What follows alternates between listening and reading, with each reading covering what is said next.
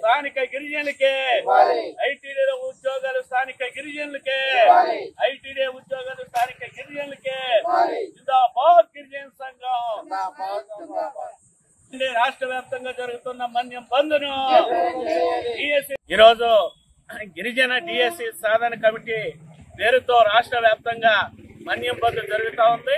ఈ బంద్ ప్రధాన ఉద్దేశం ప్రభుత్వం నోటిఫికేషన్ ఏదైతే ఉందో ఆ ఇచ్చిన మెగా డిఎస్సిలోని గిరిజనులకు తీవ్రమైన అన్యాయం జరుగుతూ ఉంది.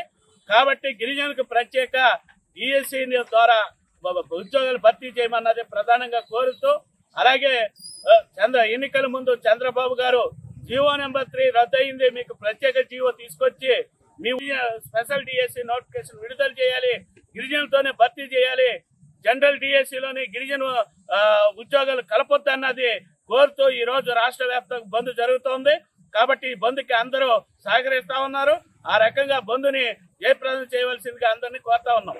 సిపిఎం పార్టీ రాష్ట్ర కమిటీ సభ్యురాలని ఈ రోజు ఏదైతే మన్యం బంద్కు పిలిపించారో ఆదివాసీ సంఘాలకి సిపిఎం పార్టీ పూర్తి మద్దతు తెలియజేస్తా ఉంది. ఈ రోజు ఎన్నికల ముందు అయితే హామీలు బ్రహ్మాండంగా ఇచ్చారు. ఈ రోజు ఎన్నికల ముందు హామీలను నెరవేర్చాలనేసి గిరిజన సంఘాలు బంద్ నిర్వహిస్తా ఉన్నారు. సిపిఎం పార్టీగా మెయిన్ డిమాండ్ చేసేది ఏజెన్సీ ప్రాంతాల్లోని ఉద్యోగాలు కూడా స్థానిక గిరిజనులకే ఇవ్వాలి, అట్లనే ఉపాధ్యాయ పోస్టులను కూడా స్థానిక గిరిజనులకే ఇవ్వాలనేసి మేము సిపిఎం పార్టీగా ప్రభుత్వాన్ని కోరుతా ఉన్నాం.